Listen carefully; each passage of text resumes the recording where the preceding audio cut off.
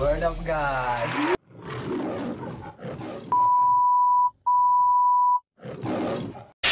Sup! Sup! Sup! Sup! Baka Baka-request na Sup! dyan. What's up, mga kayot? What's up, mga kayut? What's up, mga kayot? Hello mga kayut. Nung sinukod niyo ang buhay niyo sa Diyos at namatay yung dati niyong pagkatao, ang nakaraan natin ay hindi na mahalaga sa Panginoon. Ang mahalaga Positive lang sa buhay. Kailangan lagi kami masaya. Mga kayut, positive lahat ng sinabi niyo. para na maglagin tayo sa Word of God. What's up mga kayut? Tara na maglagin sa Word of God. Exodo, Kabanata 3, mga talata 1 hanggang 15. Isang araw, binabantayan ni Moises ang mga hayop ng biyanan niyang si Jethro, na pari ng Midian. Dinala ni Moises ang mga hayop malapit sa ilang at nakarating siya sa Horeb, ang bundok ng Diyos. Nagpakita sa kanya roon ang anghel ng Panginoon sa anyo na naglalagablab na apoy sa isang mababang punong kahoy. Nakita ni Moises na naglalagablab ang punong kahoy pero hindi naman nasusunog. Sinabi niya, "Nakapagtataka, bakit kaya hindi iyon nasusunog?" Malapitan niya at nang makita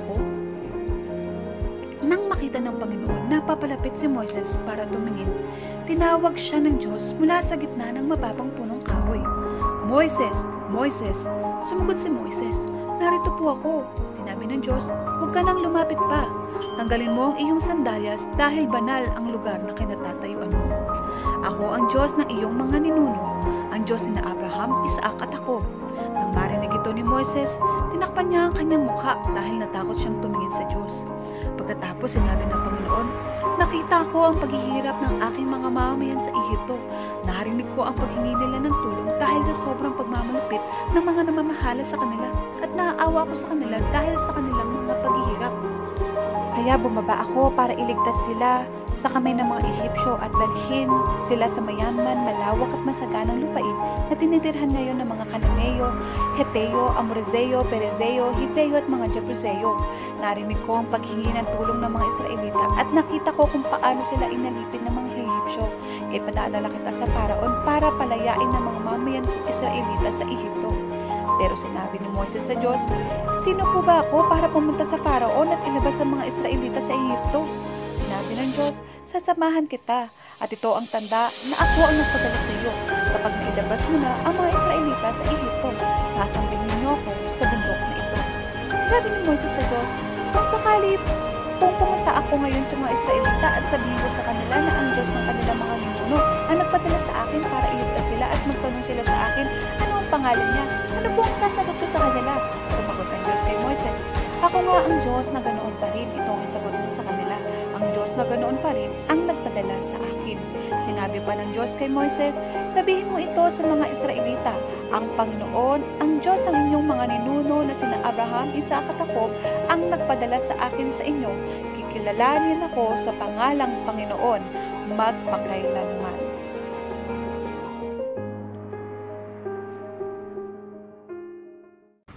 Okay guys, yung ating Bible verse na binasa, ang title niya ay yung pagkatawag kay Moses. Sa iba't ibang kaparaanan at iba't ibang kadahilanan ay tumatawag ang Diyos ng mga taong gagamitin niya para maglingkod sa Kanya. Kanina si Moses, ayon doon sa kwento, ay tinawag siya ng Panginoon para sa isang misyon. Yung ilabas niya yung mga Israelita mula doon sa Ehipto kung saan nararanasan nila yung kahirapan, yung pagmamalupit sa kanila ng mga Egyptians. Ang tanong na sasagutin natin, una, naranasan mo na ba na tawagin ng Panginoon sa anong kaparaanan at anong kadahilanan? Naranasan ko na ba tawagin ni Lord para sa mga bagay? Oo, kailan? Siguro yung first time na parang binigyan ako ni Lord ng task is yung pumasok ako sa music ministry. Wala pa naman ako alam na instrument masyado nun. Ang pinaka natutunan ko na una lang is yung pag-beatbox. So, hindi pa ako marunong mag-drums, hindi pa ako marunong kung ano. So, ang ginawa ko nun, tinanay ko. Actually, di pa ako sumasama ko. Nag-training pa rin naman ako. So, ginawa kong response to sa calling. Nag-training ako nun. Tapos pinagpatuloy ko hanggang ngayon. So yun yung parang calling na, pinaka-first calling sa akin ni Lord. At kung paano ako nito. Tawag po ako ni Lord sa, siguro po yung sa paglilid po ng PAW. Yan. Siguro po yung dahilan nun para din po sa pamamagitan po ng pagkanta namin, maipakita po namin kung gaano po kahalaga yung pagmamahal ng Diyos sa atin.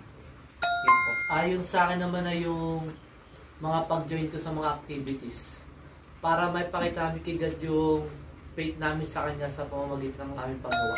Takay po yung yung pakikinig. Tapos kung ano po yung nakinig ko, napakinggan ko po sa church po yung sa mga mensahe ni pastor, yung mga tungkol sa Word of God. Yung po, naipo-proclaim ko na rin po sa iba.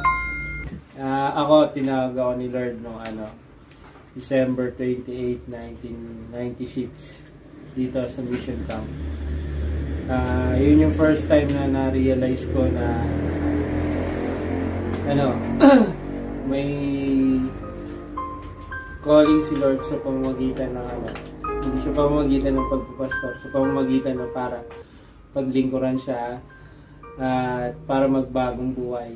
Kasi bad ako nung dati. Kaya yung time na yun, doon nag-start yung revelation ni Lord sa akin na maraming bagay. Basta pagdating sa paglilingkod sa Kanya. Yun lang. Yan. Gaya na sinabi ko kanina, ang Panginoon ay tumatawag sa iba't ibang kaparaanan at iba't ibang kadahilanan. Tinawag ang iba sa atin, maaaring tinawag sa iba't ibang uri ng paglilingkod. Tinawag maging pastor, tinawag sa music ministry, tinawag bilang mag-proclaim ng word ni God, tumulong sa iba. So, katulad ni Moses, diba, nakita ng Panginoon yung pangangailangan ng Israelita. At dahil pinagmamalupitan sila ng mga Egyptians. Kaya nga, tinawag niya si Moses. Pero, anong naging reaction ni Moses? No. Nung tinawag kayo ng Panginoon sa ministry o tinawag kayo ng Panginoon para maglingkod sa Kanya, ano yung naging reaction nyo? O ano yung naramdaman nyo that time? Okay. Parang na-overwhelm sa una kasi parang nung time na tinawag niya ako para sa music ministry, una-una, parang wala naman akong talagang instrument, talagang zero.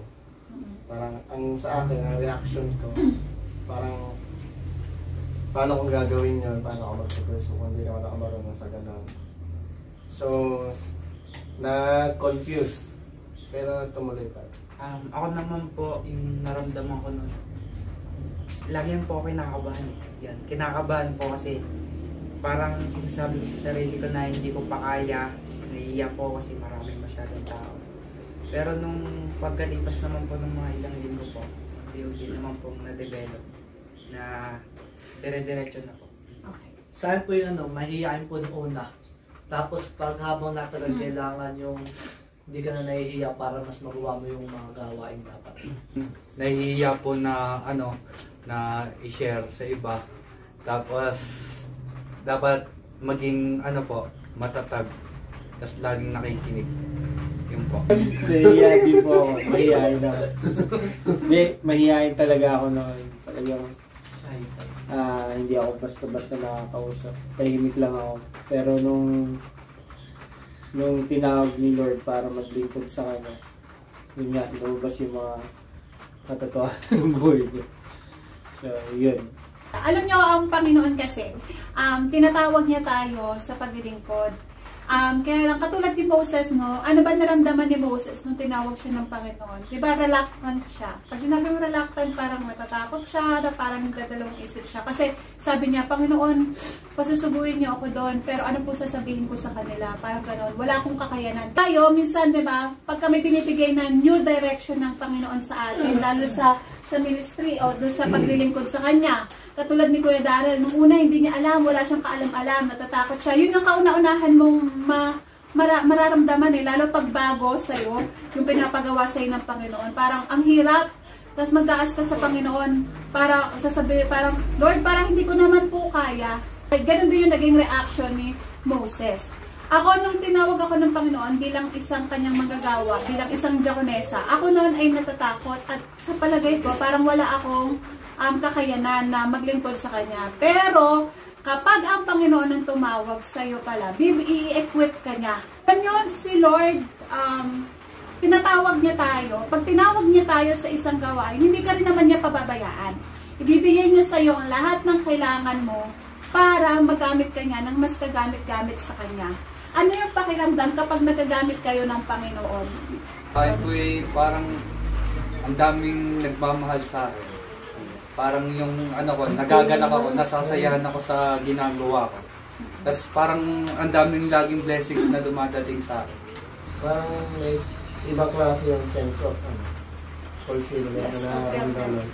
Kasi may mga bagay na pag na-accomplish ka, siyempre fulfilled ka. Pero pag once na yung ginagawa mo na nagagamit ko para sa work mo, iba yung sense of fulfillment. Parang ako din po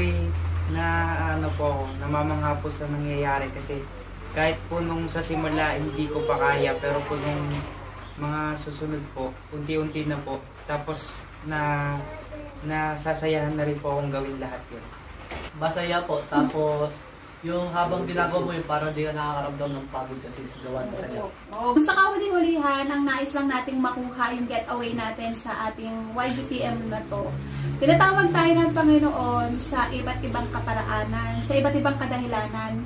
Maaaring hindi natin maranasan yung ginawang pagtawag ng Panginoon kay Moses na as in talagang may burning bush at very literal na narinig niya yung boses ng Panginoon. Kasi maaaring natawag ka ng Panginoon o maririnig mo yung tawag ng Panginoon through sa pananalangin mo sa Kanya, through dun sa mga tao na ginagamit niya na mag-speak sa'yo, or through dun sa Bible, no? Dun sa salita ng Panginoon. Maaaring sa ganong kaparaanan tayo, magsalita ang Panginoon at tawagin tayo niya sa paglilingkod.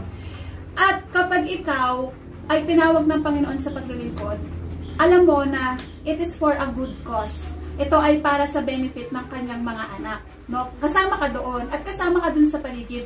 No? Minsan, pag nararamdaman mo na ikaw ay parang nababurden na, ay may pangangailangan sa ganito. Di ba minsan ganon? May pangangailangan sa ganito at nilalagay sa puso ko ng Panginoon na kailangan niya akong gamitin para matugunan yung pangangailangan na yun. Ganon, minsan kinakausap ka ng Panginoon. At dahil doon, tinatawag ka na niya para, kunyari, dahil may pangangailangan, may bibigay ka. Kunyari, meron kang ibibigay mo. Kasi yun yung call sa'yo ng Panginoon. At kapag dumating yung time na tinatawag tayo ng Panginoon, huwag tayong matakot. Huwag tayong mangiming sumunod sa Kanya. No? Kapag tayo'y sumunod sa Kanya, sinunod natin yung paglilingkod sa Kanya, asahan natin na yung mga kakailangan, i-equip niya tayo. Sabi mo, kahit na sabi mo, Lord, hindi po ako marunong magsalita kasi nga, Lord, baka pagtawanan ako ng mga pinagsisharean ko ng salita ng Diyos. Lord, hindi pa po ako gaanong galing kumanta, mahihain po ako. Pero, lahat ng iyon ay aalisin ng Panginoon. At babaguhin niya, lalagyan niya ng mga katangian, pupunuin kanya ng katangian para mas maging kagamit-gamit ka sa Kanya. At kapag ikaw naman ay nakaging kagamit-gamit sa Panginoon, mararamdaman mo rin yung fulfillment, joy ng paglilingkod sa Panginoon. Kaya, mga kayut, paggamit tayo sa Panginoon. Kung ikaw ay tinatawag ng Panginoon bilang pastor, kung ikaw ay tinatawag ng Panginoon bilang diakonesa, kung ikaw ay tinatawag ng Panginoon tagabigay, encourager, taga-proclaim ng salita niya bilang teacher, or anything sa music ministry, tinatawag ka ng Panginoon, tumugon ka. Sapagkat ang Diyos ang tumatawag sa iyo, hindi ka niya pababayaan. Okay? Salamat mga kayut! Bye! Salamat! Hanggang sa muli! Bye! Bye-bye! Happy birthday to you. Happy birthday to you. Happy birthday, happy birthday, happy birthday to you. Happy birthday to you. Happy birthday to you. Happy birthday, happy birthday.